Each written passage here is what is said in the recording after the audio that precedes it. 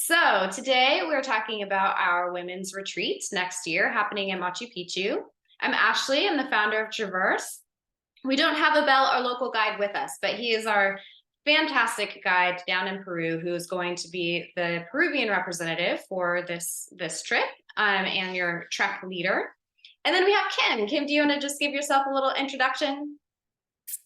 Hello, I'm Kim Jeffs, and I'm located in Chapel Hill, North Carolina. And I'm a somatic therapist and coach. I mainly work with women, and I've been, leading retreats for many years, but I've been partnering with Traverse for the last couple trips, and I'm so excited about the upcoming Peru trip in 2024. They're an amazing company to partner with, so I can just lead the programming and they can handle all the registration and logistics and details. So I'm excited to see who shows up for this next trip. Awesome. Cool. Well, before we dive into the trip details themselves, I'm going to tell you just a little bit about Traverse. So, we're a tour operator. We do trips in about 25 countries.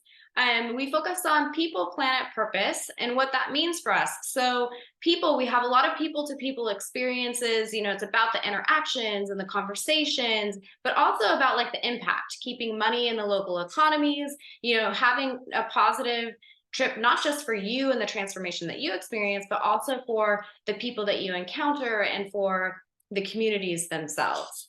And then also, when we're looking at planets, we're looking at concepts like leave no trace, like especially applicable to this trip where we're talking about camping and taking care of the trails and the sites that we're visiting, and also minimizing our waste, minimizing plastic, for example, waste reduction. So those are the types of things that we're thinking about when we create our trips. And then purpose, giving things meaning. So for every trip that we have a nonprofit community partner that is doing impactful work by and for the community, and really creating transformative experiences, again, not just for you as a traveler, but also the places that you're visiting and paying them that respect. So today we're going to talk a little bit about some background because we really like to integrate a lot of culture into our trips and cultural education. So we'll talk a little bit about the background on this area of Peru, on Incan society. We'll talk about adventure retreats, what they are, and why you might consider doing one. Well, Kim will talk to more to us about somatic therapy and what that is and what that entails.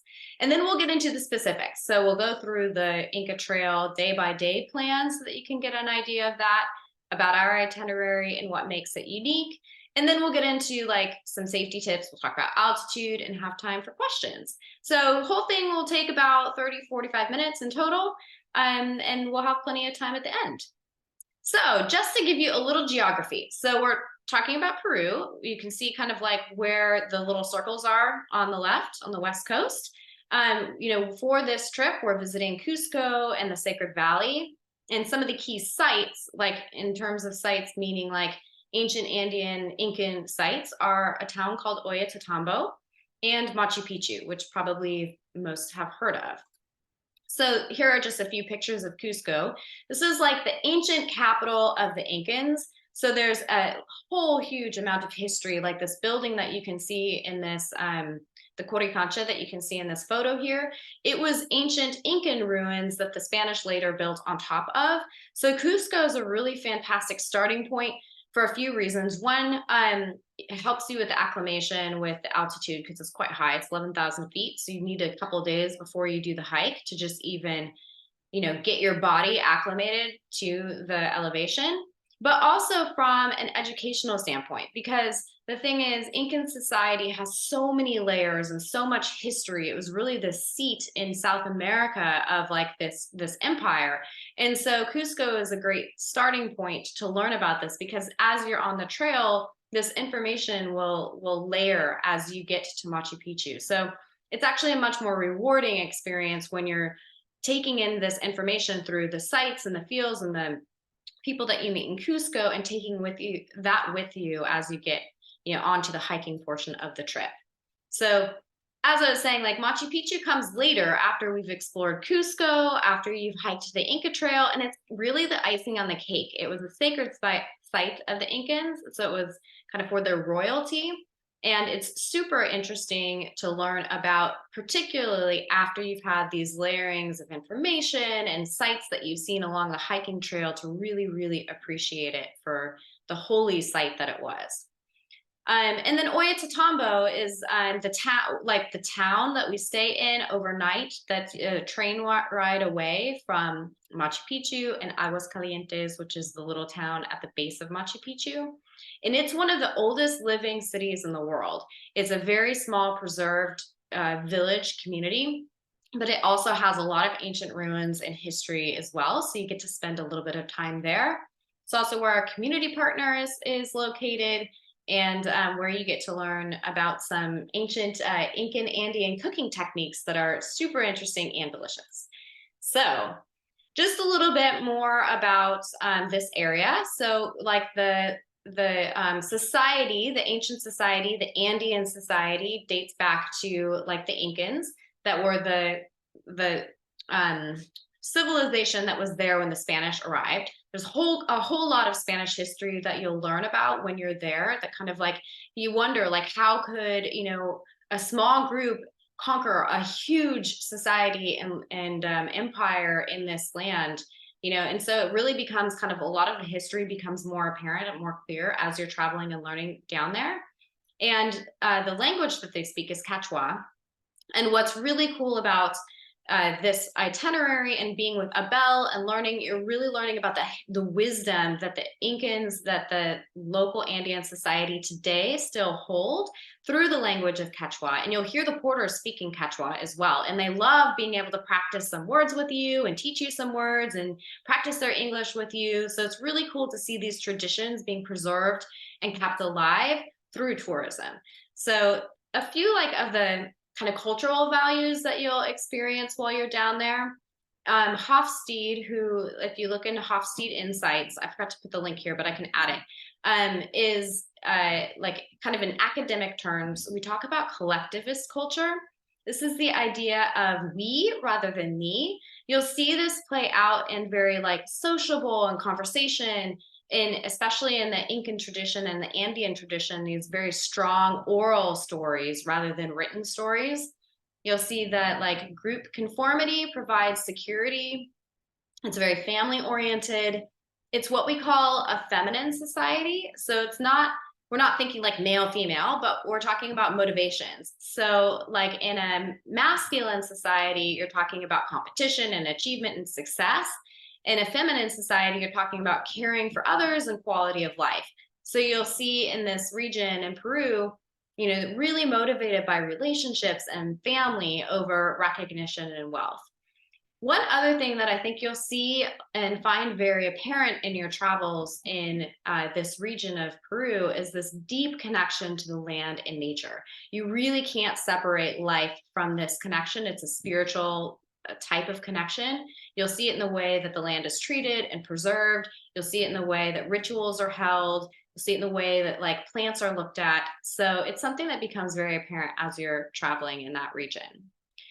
So to get kind of to the retreat that we're on, so like what is an adventure retreat? Why might you decide to do it? So when we're talking about an adventure retreat, this is a picture from Iceland, from our retreat with Kim earlier this year. We're talking about things like immersion in nature. We're talking about challenges, not just physically, but like kind of on a soul level.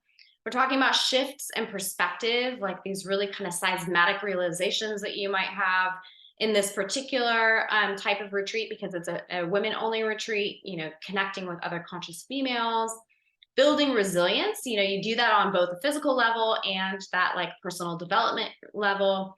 And then, what you need. What do you need, like an up level? Are you looking for healing? Are you looking for transformation? These are the types of things that an adventure retreat is such a good medium for. So just a little, like, kind of give you in the words of others. So this is what Bridget said for Kim. So with a perfect blend of spirituality, professional development, and fun, I came home feeling refreshed, centered, and so inspired. I've already started writing a curriculum for 2 new groups I'm adding to my counseling practice. Kim held a sacred space for us to all dive deep when needed, all while providing an amazing vacation-like itinerary. I can't wait for the next one. And we have another one Carmen had to say, after going through a rough patch and feeling completely invisible, I decided to go on one of Kim's retreats. I not only came back feeling re-energized and positive about my outcomes, but I made friendships that I will treasure for a lifetime. Kim has an amazing ability to connect with her clients that only comes from over 20 years of experience as a therapist. She asks poignant questions and posits viable alternatives to the cyclic behaviors our minds get accustomed to. The immersive experience of a retreat was very helpful because almost immediately I caught myself applying the skills being discussed. So I love both of those because it really gives you an idea of like why you might be motivated for this. And one more that I'll read for you. As a woman of color, I feel that Kim does an incredible job of understanding the experiences of different people. I've had many therapists claim that they do this, but truly have no clue. I felt safe, understood, and heard every time I shared my unique points of view. In addition to the workshops that were offered, the synergy being co-created on a daily basis with other retreat participants is something that needs to be highlighted as a powerful tool for healing. So those kind of like really speak to Kim and her ability to facilitate these retreats. And I think also demonstrate how like this combination of like the elements and the culture and the outdoors that you're experiencing really combine in a powerful way with this format. So with that, we're going to talk a little bit more about specifically handing it over to Kim, somatic therapy and what it is. So Kim, I'll let you take over this from here. Sure. Well, hello, everybody. I said hello to a few of you earlier in the call, and it's so fun to see all my friends on the right side of the screen. So, and future friends, hopefully. But my name is Kim Jeffs, and I'm a somatic therapist and coach for women. I mainly work with women entrepreneurs at this point in the game. But I've spent the last 20 years as a therapist. My background and training is in somatic psychology and transpersonal psychology. So studying altered states of consciousness, spiritual development, and then our connection to healing through our resource that's called the body. So somatic therapy in a nutshell uses principles of working with the nervous system and the physiology of the body to help with healing and building in coherence, fighting stress, burnout, things like that. And when we connect with our body, it's our barometer for our lived experience. We're better able to connect to our emotions, our sensations, and our life purpose. So I tend to attract a lot of women on these retreats. I only hold women's retreats. One year I opened it up to the guys because people were complaining. And we had one poor guy show up and he did great, but really, I love working with women because I think it's really rare that we can gather just as women in a circle. I think working with women only, we're able to kind of open up to a certain level and feel heard and understood and not judged, and form a community in a way of support that we can't do sometimes with in the context of our life. I love doing retreats because we get to step out of the context of our day-to-day life. And a lot of times women, they come either by themselves or maybe they'll know one other person, but they really get to feel themselves in a different way on a trip.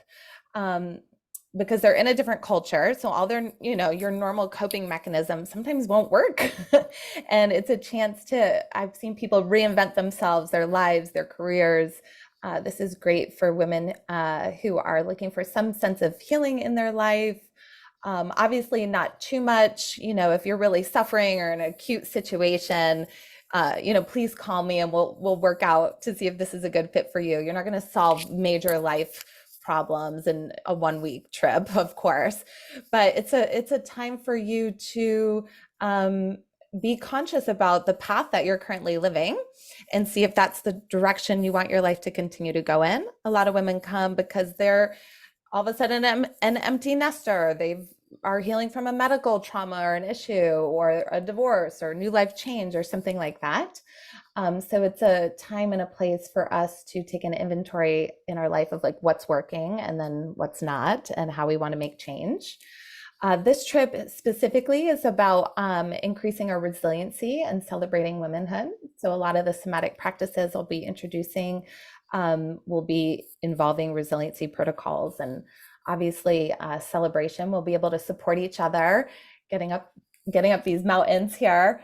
Um, why did I choose this destination? Let's see. So, a few reasons. So, I was just telling Ashley, actually, oddly enough, maybe about 15 years ago, I actually owned a travel company that led service trips to Peru. And my business partner was Peruvian, and he wanted to help the community, he grew up in, and he was kind of the guide, and I organized the trips on the US side. But so I owned this travel company to Peru and I never went. So this is my first time in Peru as well. So I'm super excited about that. And also I did a personal retreat this past year with Traverse Journeys, and I went on a trek in Nepal. And I'm still integrating that experience. It was really profound on a lot of levels, physically, mentally, emotionally. I think I left my karma and my guts all in those mountains. It was fantastic. I came back a better person. But when I was posting pictures of my own experience in these treks, people were like, when are we doing a hiking retreat? We want to do something really physical. So I thought this was a great place to go. I've always wanted to go. It's a high vibe trip spiritually. Hopefully, we can kind of tap into the ancient wisdom of the Incan culture, and Abel can help us do that, learn more about their practices and their connection to the earth. I think when we connect to the earth, we can connect to our bodies. When we can connect to our bodies, we can connect to our purpose and each other on this planet. So that's a little bit about why I chose this trip. And I think Traverse Journeys, having done 2 trips now with them, we did Iceland and then I personally did Nepal. I just feel like they are a great company to partner with because they handle all the logistics and they provide really, they screen out the guides and the porters and make sure they're really, supportive team on the ground when we're doing such kind of a physical trip. So I hope that answers all the questions. Ashley, am I missing anything? No, that's perfect. Do you want to just like, so for, format wise, when it comes to the daily workshops, like they'll vary a little bit each day because we've got different activities. And then of course the days on the mountains are going to be a little different because you're involved in all of this hiking and trekking. But generally speaking, Kim, do you want to just say kind of a little bit about how your workshops work? Sure. I mean, last trip in Iceland, it was an enlightening experience for me because that was my first trip with a retreat on the go. So I was, I've shared this with Ashley as well. What can be a little challenging is like navigating the weather and logistics and having to pivot. But in general, we will try to meet at the beginning or the end of each day, and we'll do some of the programming and set some intentions for that day, and then we'll reconvene at the end of the day as well. Now, we might have to pivot, if it's, I don't know, for whatever reason, you're in a different culture too, and not everybody's like honors time and space the same way we do in American culture. And so, a meeting at 5 o'clock might mean 7 or whatever, right? So this is where we have to be flexible. But in general, the intention is to run 1 to 2 hours of programming each day. I will give you kind of a highlight of the theme of what we might be working on. We'll gather as a group. We'll create an intentional space. If you don't know what that is, I will show you. And then I offer somatic practices that we can practice. You can take home with you after the trip. You can practice during the trip. We can practice together. And then we have like large group and small group dynamics. So there might be some small conversations or larger conversations we'll have as a group around certain topics related to celebrating womanhood and resiliency. And some days we'll meet once a day. Some days we'll meet twice a day. It kind of, what I learned mainly through the retreat on the go is that we have to be really flexible with the programming. And I think the other thing I wanted to mention about that is it can be a lot because we're together a lot. And I just want to acknowledge, because this has been a big question, like, well, what happens if I don't want to be around people all the time and I need more alone time? But all of your feedback is, welcome. And if you need, you do you. So if you need more time for rest, that's fine. If you need more alone time than what, I'm offering with the programming, that's fine as well. we do, welcome your presence and honor it. And we create this space together. So some of this is the programming I offer. Some of the programming will happen kind of naturally given the environment that we're in and given who all signs up for the trip. So that's the part that gets co-created when we come together because everybody has their own lived experiences. So that's where it becomes really rich. And that's the part of the programming I don't know. But being a therapist and a coach for 20 years, I can tell you, I can promise you that I can hold a safe space and container. So even though we're sharing and co-creating this experience, it won't ever feel, hopefully, it won't feel out of control or too overwhelming or something like that. I do set pretty healthy boundaries. So it's a contained kind of situation for us to all share in. Awesome. That, Yeah, that's okay, really good. cool. And that's like, it's really good, as you mentioned, with these retreats that are on the go, we are kind of like moving and stuff. And so I think it's such a great lesson too, because that's kind of how life is, right? We have a Yeah. plan, but sometimes the plan does not go as planned. So it's like we get to practice that. We can't, change the weather, for example. So yeah, so I'm going to take you kind of on a little bit more in-depth journey of what the hike is like to give you an idea. This is a great way for you to kind of also feel it out if this is for you, because like the hike is part of it. So you wouldn't really be able to like sign up for the retreat and not hike. It's like kind of you're in. So this is the classic Inca Trail, which is a 4-day trail. You can see this is me on with the blue backpack, kind of like what it looks like.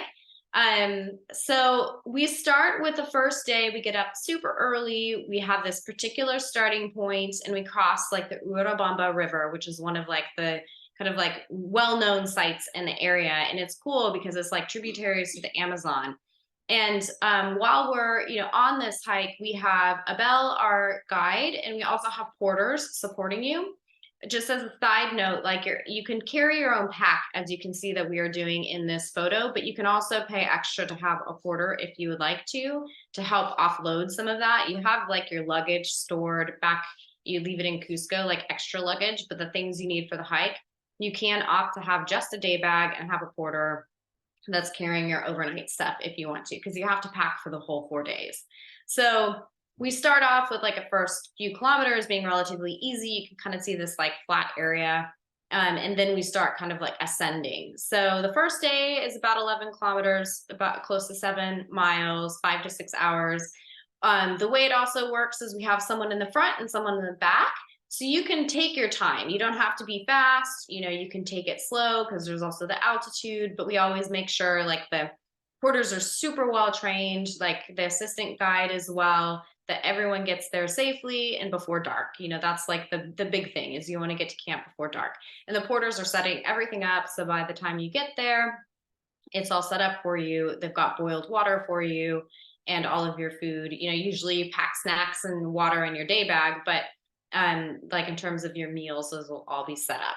And so the first day is not actually that high, 9,000 feet. I mean, relatively, because you just came from Cusco, which is 11,000 feet. So it's actually easier the first day, or a little lower.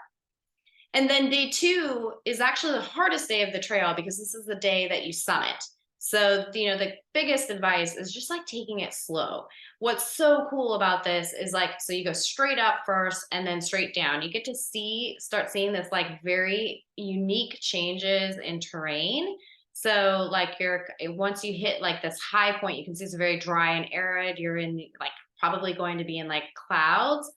And then you get into the cloud forest and there's like orchids and hummingbirds. It's like super, super pretty because you're getting down to this like rainforesty, like after being in this high elevation, kind of more arid terrain. So it's another long one, over 7 miles. You get to 13,779 feet. So it's high. But again, you're, taking it just like slow, step by step. There are all these like stone steps. This in the picture here is my friend Lisa. We did it together in 2017. So this is her at the summit. And then this is kind of, you can see what this looks like, where you get into this more like rainforesty terrain that's so beautiful. So the third day is much easier, even though you're going a longer distance, like 9 miles. It's like you're not going up this so straight. You're still like, you still have some high points with 13,000 feet, but it's not as many straight up. And there are also some really cool archaeological sites. And this is what I was talking about before about like this layered experience. So you're starting in Cusco, you're kind of learning about like the colonization period. You come here and you're on this ancient route because these are very ancient trails from all of the Incan Empire that would come to the holy site of Machu Picchu. And so there are these different ruins along the way, whether they're like bathing sites that were like you needed to be cleansed before you got to Machu Picchu. There's other like agricultural sites. So it's really cool as you're going along, again, layering all of this information. And then the fourth day is like the day we get to Machu Picchu. So there's not actually that much hiking that day, but you get up super early, like 3:30, and we hike to what's called the Sun Gate. So there's some up to get to it, and then you get this amazing view of Machu Picchu as you come down. When we get to the actual site, you'll feel the difference because like you're on the trail, which has a limited amount of people per day that are allowed on the trail. So sometimes you'll see other, hikers, sometimes not. But when you get to like or down to Machu Picchu, which is Aguas Calientes is the town at the bottom of the hill.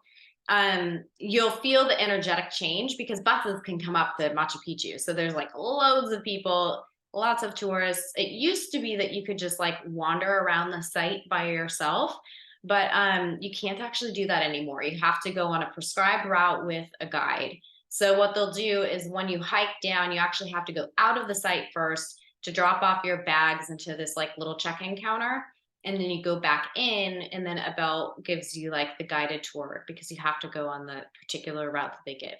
But it's still incredible to learn about. I mean, it's absolutely fascinating when you see like all of these stones and what they mean and like the different portions of the site of Machu Picchu. So it's definitely again icing on the cake. So after that, we come back down to Aguas Calientes, which is the little town. You take a bus that's about 20 minutes that kind of like crisscrosses down the mountain. Aguas Calientes is very much like a backpacking town. Like you'll definitely get that vibe. We have a great lunch spot. And then we'll take the train to Ollantaytambo, which is the town that I told you about that's like one of the longest living cities. And you'll stay at this, we have a really beautiful in both of them, like boutique, like B&B, like you'll feel right at home. So that's where we stay there, and you'll be there for the night. You can have a little happy hour. You can go into town. You can sleep. Have some free time to decompress. And then these are just some other kind of pictures. So like some of the tips. So this is what it looks like for dining. You dine in like tents. They set them up for you. We'll talk about food here in just a little bit. You can see like the tents again are all set up for you. And we have we have a full packing guide for you to look through in terms of like the gear that you need. And then just kind of like, we'll have lots of breaks. I mean, we take breaks quite frequently when you're hiking, for a little snack, a little energy, some water. Very, very important to stay hydrated while you're on the trail with that elevation, especially. But I think like one of the biggest tips, is like mental preparation, because like it will be challenging, even if you're like super fit. You might get rained on, like we might have like not the best weather. It might be great. You could get sunburned also if it's super sunny. I mean, there can be bugs, like preparing your mind for like some of these little mishaps that naturally and normally happen while you're on the trail. Or even with like little things, like there was a moment in hiking when I was there where it's like serene nature, and then some gal is like hiking with like not a boom box, but she had her music on loud, and I'm like, it's like ruining my moment, but it wasn't in my control. So, these are the types of things, or kind of preparing your mind, like Kim was saying, like resiliency is a theme. So, and then for preparing your body, like if you sign up, we have a whole packet that gives you ideas, but like it is great to prepare physically. You cannot technically prepare for altitude, but you can like strengthen your lungs. You can do strength training, for your lower body and core. So there's certainly things that you can do if you like either run or bike, do a good amount of cardio that will really help with like your VO2, like your oxygen intake. And then strength training will really help with all those steps. Like stair climber can be really good for that, or just like straight up, you do HIIT classes or your own routine of strength that's like got some heavy weights on it. That will help you a lot. So highly recommend that. And then just some, more pictures of like the scenery, these rocks, like these stone steps. You'll see a lot of those. You'll of course see like llamas and alpacas, which is awesome, and some really pretty flora and fauna. And then like aside from the hike, some of the other things that you're going to experience on the cultural side is just this really deep immersion into this cultural landscape. Like I said, very connected with the land, and it's a very spiritual place. So you'll feel it. And Abel, he's the only male on the trip. And Kim and I talked about this quite specifically. Abel has been our guide like since 2018, and he's absolutely phenomenal. He's very in touch with his like feminine side. So I have full confidence that he is like a perfect fit for this trip because I trust him so much. Like he is so great with you guys, with clients, like with he has an amazing suite of porters to be on the trip with us as well, and he knows ins and outs of like traverse trips. So I trust him, and really am happy that he can guide this trip, and he'll give you guys the space when needed, for like having like that protected space like Kim was talking about for workshops and whatnot, while also protecting you guys and making sure everyone is really taken care of throughout the trip. So we've got local accommodations. So obviously when you're hiking, you're in tents. Otherwise, we've got an awesome spot in Cusco where you'll be staying, and then same in Ollantaytambo. So it's like two different spots: Cusco on the front end, just one night in Ollantaytambo, and then you'll come back to the same place in Cusco, so it'll kind of feel like home when you're done with the trip or the trekking part. And we've got private transit in between. We've got daily breakfast, our welcome and farewell dinner. We've also got a Pachamanca cookout, which you'll get to experience, which is an ancient Andean cooking tradition. And then we're still working on the exact specifics, but we're going to have a really phenomenal closing ceremony. In Iceland, we did a spa treatment and day kind of at the Blue Lagoon, which was really awesome. And that was like so cool to do in Iceland because it's like these hot pools in Iceland. So for in Peru, we want to do something that is like also involving kind of like the water element, but also the ceremonial element that ties to the culture and to the land. Because like, as I was saying, it's kind of like you don't really want to just go to a resort anywhere in the world, like that could be anywhere in the world and has no connection to where you are, right? We really want to connect to the place that we are and honor the people and the traditions with that. So we're going to have something really special for you at the end. So here are just like a few pictures. This is El Balcón, where we stay in Cusco, which we absolutely love. And they're so like welcoming and like beautiful little gardens that they have. This is a picture of like a double room together, but you'll have two twin beds. You can book your own room, or you can book double occupancy. That's kind of the default booking. This is some pictures of the Pachamanca that I mentioned, with this like Andean cooking tradition, which is just so cool to get to see. They also have a distillery and a coffee roasting like on site on the property. They're connected like with an organic farm. And then since we're on the subject, so talking about like food in Peru, there's a lot of these diverse influences because they've got the coastal climate. They've got all these indigenous ingredients, like quinoa is native to the Andes. And of course, many, many kinds of potatoes. Potatoes are native to that region, and other types of root vegetables, like you can see in one of these pictures here. So for like dietary restrictions, it's very easy to accommodate like vegetarian and vegan. There's lots of bean-based proteins, but also like quinoa and amaranth, they provide like full protein. There's if you're gluten-free, corn, potato, rice, all best gluten-free alternatives. So pretty much all the dietary restrictions, not a problem at all. You'll be lots of good sustenance.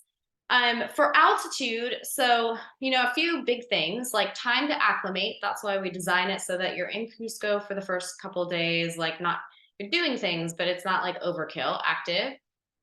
Definitely like limiting alcohol, because that will dehydrate you, that will impact you. Like I would recommend not drinking before the hike, like save it for afterwards. So there's a little special remedy called agua florida, which you'll get to experience there. That's like an herb floral blend that you like can put on your wrists and like smell, and it just like helps with the altitude. And then of course there's mate de coca. So this is coca leaf, and they make tea out of it. You can also get candies, you can get little chews, you can chew on it. And it really does help with the altitude. The one thing I'll say about mate de coca, if you've ever had green tea on an empty stomach and it's kind of like, you're like, no, I don't like that. Mate de coca can do the same thing. So for me personally, I found that it helped if I had it after food. So just a little thing, like definitely helps with the altitude. Some people kind of like caffeine or green tea on an empty stomach or coffee on an empty stomach, not so good. I found the same thing with coca tea. So, I definitely, everyone will recommend drinking it or taking the chews or the candies or chewing on the leaf to help. Just notice that it could, like stomach wise, maybe better paired with food for some people. Yeah, and then a little bit of travel tips. Clothing wise, we have a pretty detailed list of like packing, which I'll send some links to, but it is cool. So you definitely want like lots of good warm layers, lots of good hiking layers. If you get like in the sun in Cusco, during the day, it can warm up because you're at such high elevation. So having a few layers is good, but generally you're going to be preparing for like pretty chilly weather. When you're on the trail, it can dip below freezing, but it might just like hover, like in the 30s, 40s during the hike. So having good layers, but honestly, like hiking, when you're that active and you're sweating, like having good, quick dry material clothing is really good to have. I actually got really warm. Like there would be days that I even was like in a t-shirt, but then you want the layers and you want the extra dry clothes for the evening because you want to make sure and get off the sweaty clothes and put on dry clothes for the cold night when you're sleeping. So again, we've got like a very detailed packing list when you sign up, but those are just some kind of tips there. Street smarts in this part of Peru, like in Cusco and Ollantaytambo, is generally very safe. You want to be smart about not going out after dark or before light in the morning. And if you do, like if you're coming home from dinner or something like that, like pair up with another person. And then generally, the normal, like watch your back, like keep your purse on your person in your front, kind of be aware of where your valuables are. We recommend you leave your passport unless you need it, because certain times you do, like for the trail, you need to have it on you, but like otherwise leave it in your hotel. And then here, cash is king. For small purchases, you can use like US dollars or, well, actually, sorry, reverse. If for small purchases, you want like Peruvian soles, but like for larger purchases, you can actually use US dollars. So we include some tips about like how you might want to mix up your cash because you want cash culturally for tipping, and then for little purchases, if you get some snacks or some mementos.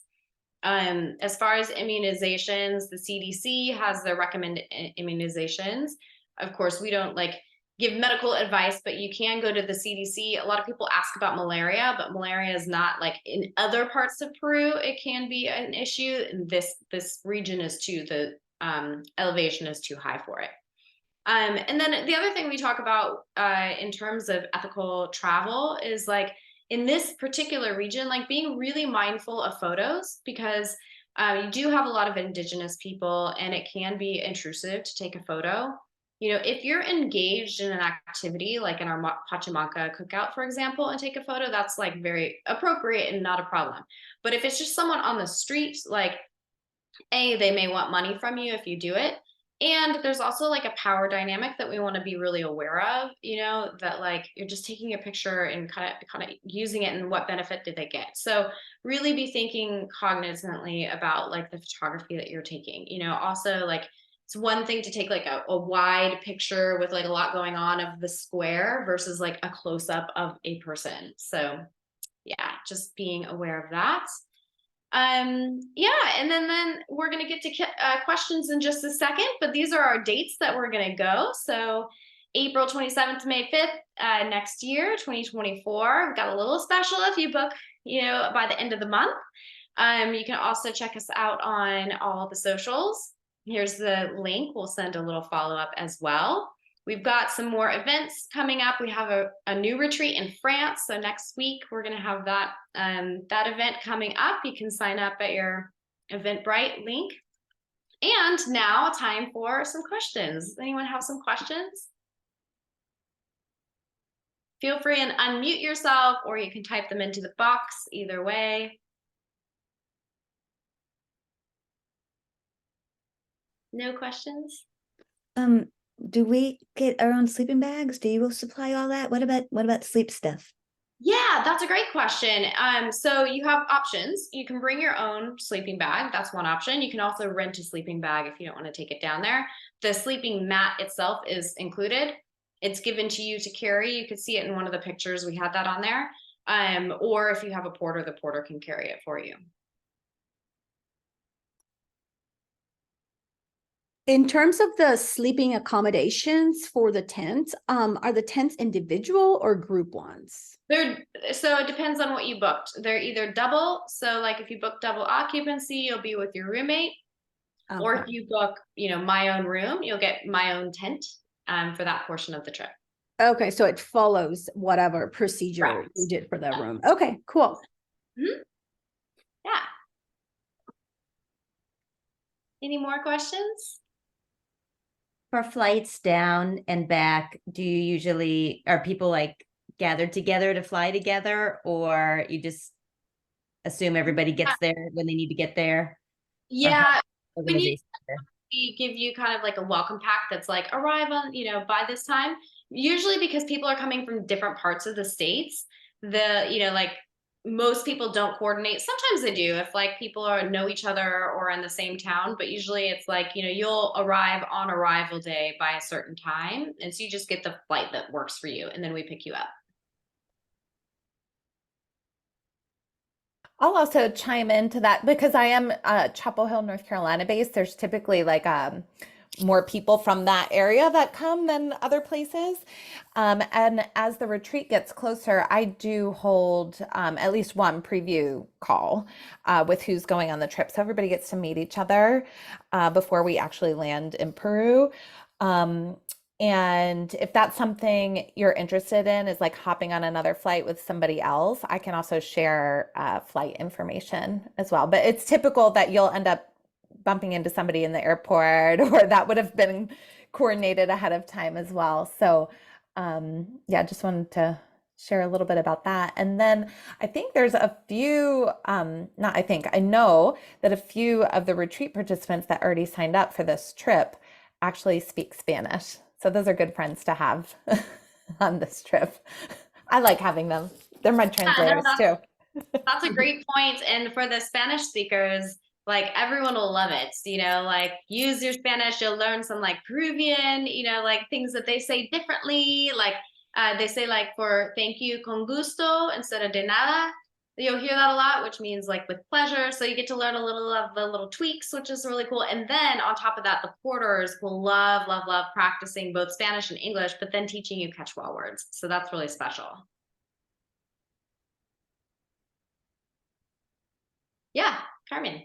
Are we still doing the spot thingy, or is that being altered to something? We are still doing it, but like so originally when Kim and I were like, ooh, itinerary spa, but then I started researching exactly what the spa experiences are in Cusco. It's more like a Thai spa or something like that. And I just yeah. So I'm still working with Abel to make like a really special, like it will be like some version of like a spa experience, but we want it to be very like culturally matched. And so it's still being like developed, but it is included that you'll have like a special experience at the end that will include some like culturally appropriate version of a spa experience, if that makes sense.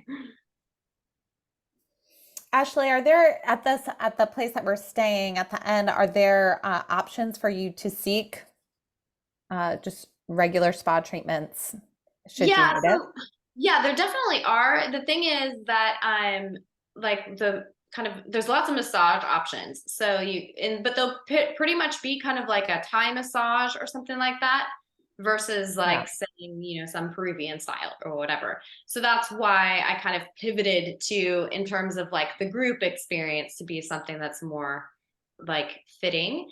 But if people want to go get massages, absolutely there are options. Ashley, can you talk about because maybe this is important, especially with booking flights and things like that. Can you talk about the add-on excursion? I know I'm gonna stay and do Rainbow Mountain. Is it Rainbow Mountain? Yes, it is. I'm glad you brought that up. That's a great question. So the way that Rainbow Mountain works, so on the normal departure day, if you want to do the Rainbow Mountain experience, it happens on that day. So you'll need one extra night. So if you opt to do Rainbow Mountain, you'll also need to opt to do an extra night, because we leave for Rainbow Mountain early in the morning, like 3:30 in the morning, because it's a several-hour drive and we want to get there before the sun rises. This picture actually of the llamas that you can see on there, that's actually from the Rainbow Mountain trek. So we like start trekking before it's even light. And the Rainbow Mountain like hike will be super easy after you've done the Inca Trail. You'll be like icing, like so easy. But it's really beautiful. So yeah, so if you want to do that, make sure you select both the the add-on and an extra night. So you'll leave one day after, which would be going back to my slide. I have so many dates in my head. So you would leave on May 6th instead of May 5th. And I think just for reference, not that I want you to feel, pressure, but I think most people are staying to do that. Yeah. So. Yeah. Cool. Any more questions?